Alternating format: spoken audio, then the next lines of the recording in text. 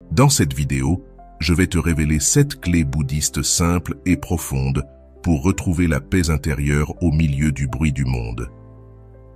Tu vas découvrir comment respirer avec présence, agir avec vertu, cultiver l'équanimité et activer les ressources mentales qui te soutiennent dans chaque tempête intérieure.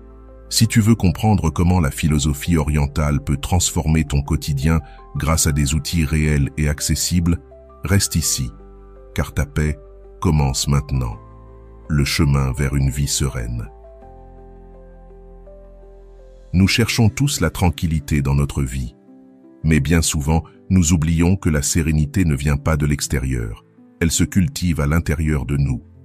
L'une des grandes leçons que nous enseigne le bouddhisme, c'est que la paix n'est pas un don du hasard, c'est une discipline de l'esprit. Ce n'est ni une règle rigide, ni une religion fermée, mais un chemin de vie, une carte intérieure pour rester calme, même lorsque le monde bouge trop vite. Observer, c'est penser. Tout commence par l'esprit. Notre mental est comme un fleuve, il coule sans cesse, mélangeant des pensées utiles à d'autres qui nous piègent dans la peur et l'inquiétude. Quand nous apprenons à observer nos pensées sans nous y attacher, nous cessons d'être emportés par le courant. Observer, ce n'est pas contrôler chaque idée, c'est simplement regarder passer les nuages sans se laisser prendre par la tempête. Le pouvoir des mots. Les mots que nous prononçons façonnent notre monde intérieur. Quand nous cédons à la critique, à la plainte ou à la dureté, nous nourrissons la tension. Mais quand nous choisissons des paroles empreintes de calme, de bienveillance et de vérité, nous fortifions la paix à l'intérieur de nous. Tu as sans doute déjà senti combien une voix douce et compréhensive peut apaiser un moment difficile. Ce n'est pas seulement la situation qui change, c'est la manière dont nous la vivons. Agir avec calme et cohérence. Nos actions influencent profondément notre paix intérieure. Quand nous agissons de façon impulsive, nous récoltons souvent des regrets. Mais lorsque nous choisissons d'agir depuis la cohérence et la conscience, chaque geste devient une fondation solide sur laquelle notre esprit peut se reposer. Il ne s'agit pas d'être parfait, il s'agit de faire des choix lucides, jour après jour, pour construire une vie paisible et alignée. Travailler, en accord avec ses valeurs. Nous passons une grande partie de notre vie à travailler, et si ce que nous faisons contredit nos valeurs, notre cœur ne trouvera jamais la tranquillité. Le bouddhisme nous rappelle que vivre d'un travail honnête et juste n'est pas seulement un acte moral, c'est aussi un investissement dans notre propre sérénité. On dort mieux lorsqu'on sait que nos efforts ne blessent personne. Entraîner l'esprit comme un muscle.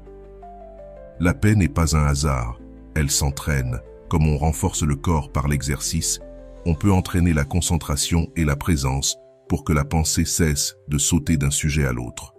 Quand l'esprit apprend à rester dans l'instant, une sérénité profonde apparaît, celle qu'aucune agitation extérieure ne peut troubler. Accepter le changement.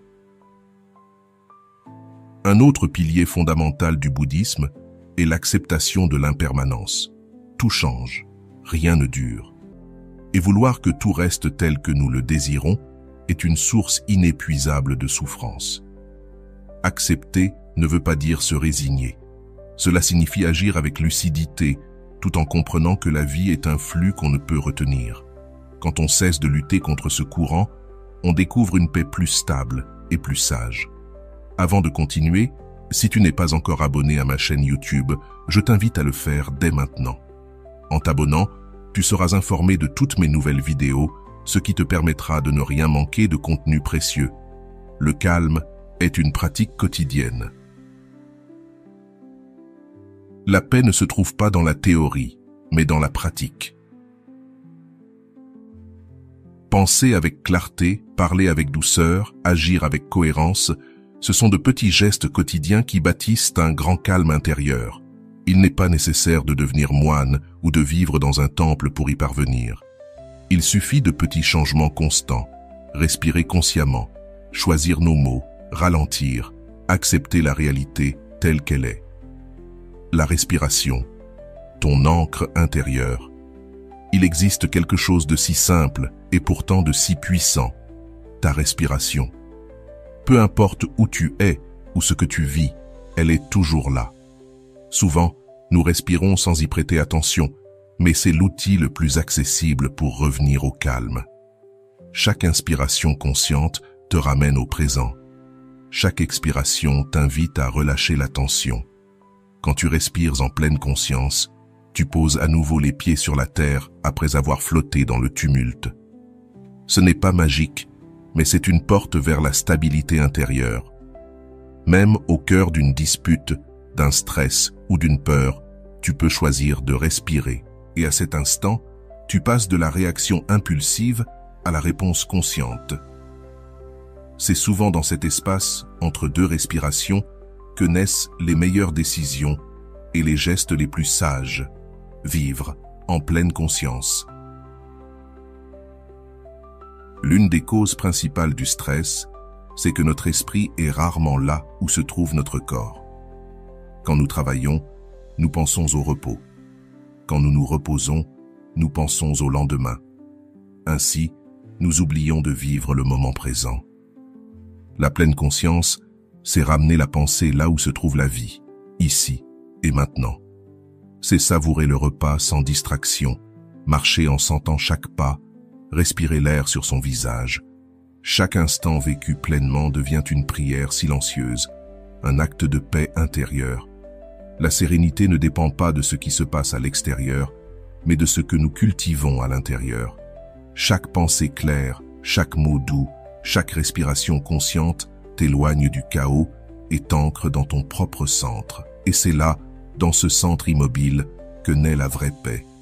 En chaque geste, il existe un refuge de sérénité si nous apprenons à être pleinement présents. Le plus fascinant, c'est qu'en développant cette attention, nous comprenons mieux nos émotions. Bien souvent, nous nous laissons emporter par la colère, la tristesse ou l'anxiété, simplement parce que nous ne les voyons pas venir. Elles surgissent soudainement et prennent le contrôle. Mais si nous observons comment elles se manifestent dans le corps et dans l'esprit, nous pouvons les reconnaître avant qu'elles ne nous dominent. Par exemple, remarquez que les épaules se tendent, que la respiration s'accélère ou que les pensées deviennent plus rapides. En voyant ces signes, nous avons l'opportunité de nous arrêter et de choisir comment répondre. La pleine conscience transforme aussi notre manière de nous relier aux autres. Lorsque nous écoutons vraiment, sans interrompre, sans préparer notre réponse pendant que l'autre parle, la communication devient plus sincère et profonde. Nous avons tous senti la différence entre quelqu'un qui nous écoute par obligation et quelqu'un qui est véritablement présent. Cette présence n'apporte pas seulement de la paix, elle crée des relations plus saines et plus authentiques. Beaucoup pensent que la pleine conscience est réservée à ceux qui ont du temps libre ou qui vivent à l'écart du monde. Rien n'est plus faux. C'est justement au cœur de l'agitation quotidienne que nous en avons le plus besoin. Il ne s'agit pas d'ajouter une tâche de plus à notre agenda, mais de transformer la manière dont nous faisons les choses. Ce n'est pas chercher un autre lieu, mais habiter pleinement celui où nous sommes. La pratique ne demande pas la perfection. Certains jours, notre esprit sera dispersé, nos pensées sauteront d'un sujet à un autre. Ce n'est pas grave. Chaque fois que nous revenons au présent, même pour un instant, nous renforçons notre capacité à être ici et maintenant. Peu à peu, ces moments s'allongent. La paix s'infiltre dans davantage d'aspects de notre vie. Vivre en pleine conscience ne fait pas disparaître les problèmes, mais change profondément notre façon de les vivre. Au lieu de rester prisonniers du passé ou anxieux pour l'avenir, nous gagnons un espace intérieur pour répondre avec plus de clarté et moins de tension. Et cet espace, c'est ce qui nous rend à nouveau équilibrés, même au cœur du tumulte. Le calme et la clarté, les deux ailes de l'esprit. Nous avons tous connu ce moment où l'esprit ressemble à un verre d'eau agité. L'eau est trouble, impossible d'en voir le fond, et plus nous essayons de réfléchir, plus la confusion s'installe. Le bouddhisme propose deux pratiques complémentaires qui agissent comme deux ailes capables de nous faire voler au-dessus du chaos, le calme et la clarté. Le calme se cultive lorsque nous apprenons à nous arrêter. Il ne s'agit pas de fuir la vie, mais d'offrir un espace de repos à l'esprit pour qu'il cesse de tourner sans fin. Comme l'eau trouble qui devient limpide lorsqu'elle se dépose, notre esprit s'éclaircit quand nous cessons de l'agiter par des pensées incessantes. Quelques instants de silence, une respiration consciente, un moment de pause intérieure peuvent tout changer. Mais le calme seul ne suffit pas. Il faut aussi la clarté. C'est la capacité de regarder à l'intérieur de nous, de comprendre ce qui se cache derrière nos pensées et nos émotions. Souvent, nous réagissons sans savoir pourquoi. Nous pensons que notre colère, notre peur ou notre désir viennent de l'extérieur, alors qu'ils sont des reflets de blessures anciennes. La clarté, c'est reconnaître ses racines, voir avec précision ce qui se passe réellement. Imaginons quelqu'un qui s'énerve parce qu'on le fait attendre. En apparence, la cause est latente, mais si l'on regarde de plus près, on découvre derrière cela de l'impatience, un besoin de contrôle, ou même une insécurité plus profonde. Sans clarté, nous réagissons de manière automatique. Avec la clarté, nous observons et choisissons une réponse plus consciente. La magie de cette combinaison, c'est que calme et clarté se nourrissent mutuellement. Quand l'esprit s'apaise, il voit plus clairement, et quand il comprend, il se calme encore davantage. C'est un cercle vertueux qui nous conduit vers un équilibre intérieur authentique. Cette pratique ne demande pas des heures de méditation. Elle peut s'appliquer partout, à tout moment. Avant de répondre à un message qui nous blesse, par exemple, nous pouvons respirer, laisser retomber l'agitation, puis observer « Qu'est-ce que je ressens? D'où vient cette émotion?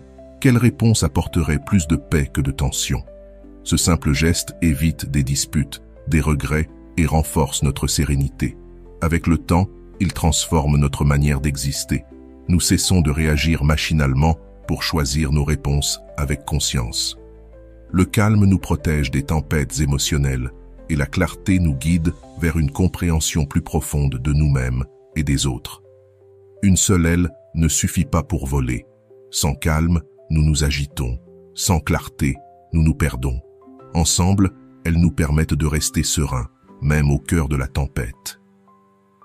L'équanimité, l'art de garder l'équilibre. La vie est faite de hauts et de bas. Un jour, tout semble fluide, le lendemain, tout paraît s'effondrer. Nous passons de la joie à la frustration, de l'espoir à la peur, comme des feuilles portées par le vent. Le bouddhisme nous enseigne qu'il existe une autre manière de vivre ces changements. Cultiver l'équanimité. L'équanimité n'est pas l'indifférence. Ce n'est pas ne rien ressentir ni éteindre nos émotions. C'est maintenir un équilibre intérieur qui nous permet de vivre les joies et les peines sans nous perdre dans l'un ou l'autre. Quand la joie arrive, nous la savourons sans nous y accrocher. Quand la douleur vient, nous l'acceptons sans nous effondrer. C'est comme marcher sur une corde raide en gardant le centre. Prenons l'exemple de la joie. Quand un succès ou une bonne nouvelle survient, nous ressentons de l'enthousiasme et c'est normal. Le problème apparaît lorsque nous voulons que cette sensation dure éternellement. Alors, vient la peur de la perdre, puis l'anxiété. L'équanimité nous aide à apprécier sans dépendre. Il en va de même pour la douleur. Une perte, une déception, une difficulté peuvent être terribles.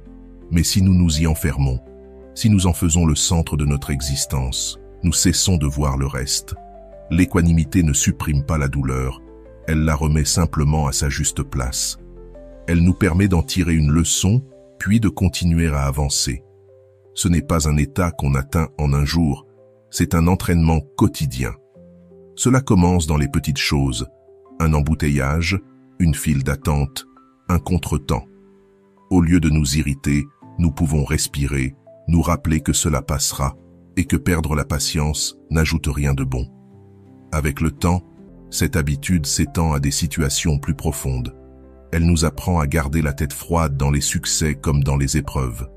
L'équanimité nous offre la stabilité dans un monde changeant. Et surtout, elle fait de nous un refuge pour les autres. Quand ceux qui nous entourent, voient que nous restons calmes au milieu du tumulte, ils trouvent en nous une force tranquille. Vivre avec équanimité n'est pas facile, mais chaque instant où nous maintenons notre équilibre nous rapproche d'une paix durable. vivre avec honnêteté pour préserver la paix intérieure. Une grande partie de la sérénité que nous ressentons ne vient pas de ce que nous possédons, mais de la façon dont nous vivons. Quand nos actes trahissent ce que nous savons juste, le trouble s'installe tôt ou tard. Personne n'a besoin de le savoir, car c'est notre conscience qui parle. L'incohérence devient alors un poids invisible. C'est pourquoi l'une des bases les plus solides de la paix intérieure, c'est l'honnêteté. Être honnête ne se limite pas à dire la vérité. C'est aussi la manière dont nous traitons les autres, la façon dont nous respectons ce que nous avons, et la manière dont nous agissons même quand personne ne nous regarde. Vivre en cohérence avec soi-même, c'est offrir à son esprit le repos qu'il cherche depuis toujours. C'est comprendre que la vraie paix ne dépend pas du monde extérieur, mais de la vérité que nous incarnons chaque jour. Chaque action laisse une empreinte. Et lorsque nous accumulons de petites fautes, même minimes, notre esprit commence à se remplir de bruit. En revanche, lorsque nous agissons avec intégrité, le cœur se repose, car il sait qu'il n'a rien à cacher, ni rien dont se repentir. Pensons à nos paroles. Si nous mentons ou exagérons, nous pouvons peut-être obtenir quelque chose sur le moment, mais ensuite viennent la tension et la peur d'être découverts. Si, au contraire, nous parlons avec clarté et respect, même dans les conversations difficiles, il se peut que nous n'obtenions pas toujours ce que nous voulons, mais nous gardons la tranquillité d'avoir été fidèles à nous-mêmes. Cette paix n'a pas de prix. Il en va de même pour nos actions quotidiennes. Quand nous nous laissons guider par la précipitation ou l'égoïsme, nous finissons par blesser les autres, et en les blessant, nous nous blessons nous-mêmes. Cela peut sembler insignifiant, mais ces petites fissures finissent par éroder notre calme intérieur. En revanche, lorsque nous agissons avec cohérence, même les gestes les plus simples, aider quelqu'un, éviter un mot blessant, faire ce qui est juste, même si cela coûte, deviennent les fondations de la sérénité. Un autre aspect fondamental est notre manière de travailler.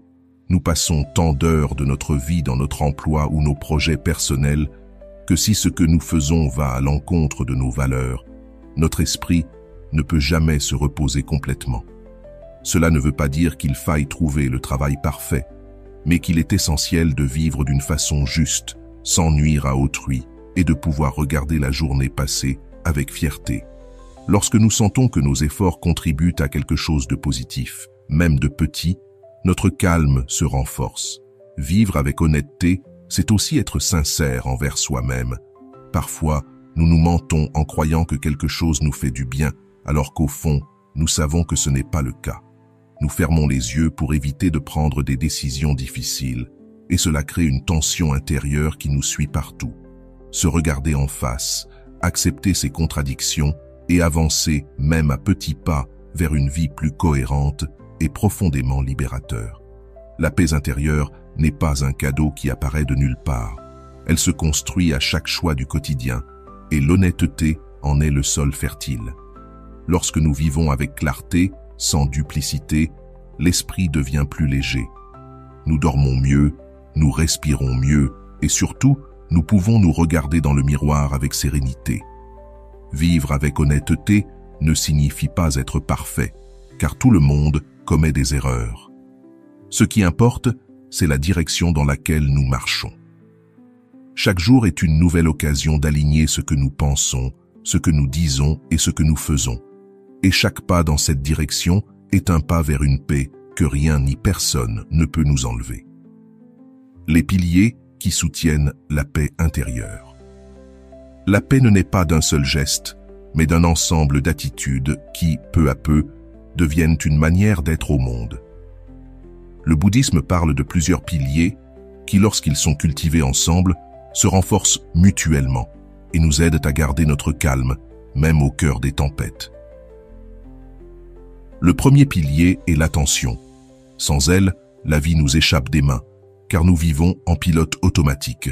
En prêtant attention à ce que nous ressentons, pensons et faisons, nous gagnons en clarté et cessons de réagir aveuglément. L'attention, c'est comme allumer une lumière dans une pièce sombre. Soudain, nous voyons ce qui nous faisait trébucher. Le deuxième pilier est l'énergie, non pas comprise comme un effort épuisant, mais comme un élan vital conscient. Il ne s'agit pas d'être hyperactif, mais de nourrir une disposition intérieure qui nous pousse à cultiver ce qui nourrit notre paix et à abandonner ce qui la vole. L'énergie est ce moteur intérieur qui nous rappelle chaque jour qu'il vaut la peine de revenir à l'essentiel. Le troisième pilier est la joie.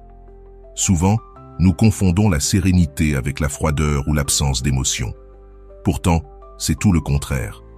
Cultiver la sérénité ouvre l'espace à une joie profonde, indépendante des réussites ou des circonstances extérieures. C'est la joie d'être en vie, de savourer les choses simples, de se connecter à ce que l'on a déjà, ici et maintenant. Le quatrième pilier est la tranquillité du corps et de l'esprit.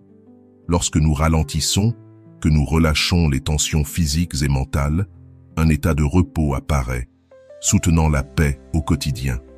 Ce n'est pas de la passivité, mais une façon de retrouver nos forces pour vivre avec équilibre et moins d'agitation. Le cinquième pilier est la concentration. Notre esprit se disperse dans 1000 directions, ce qui engendre fatigue et anxiété. En apprenant à nous concentrer sur une seule chose, la respiration, une tâche, une conversation, nous découvrons une forme de calme que nous ne connaissions pas.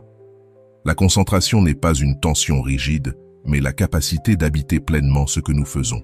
Le sixième pilier est la réflexion, cette capacité à observer en profondeur ce que nous vivons. Il ne suffit pas d'apaiser l'esprit, il faut aussi comprendre d'où viennent nos émotions, pourquoi nous réagissons d'une certaine manière, ou quel schéma nous répétons. C'est cette compréhension qui permet de transformer, d'évoluer et de ne pas retomber dans les mêmes erreurs.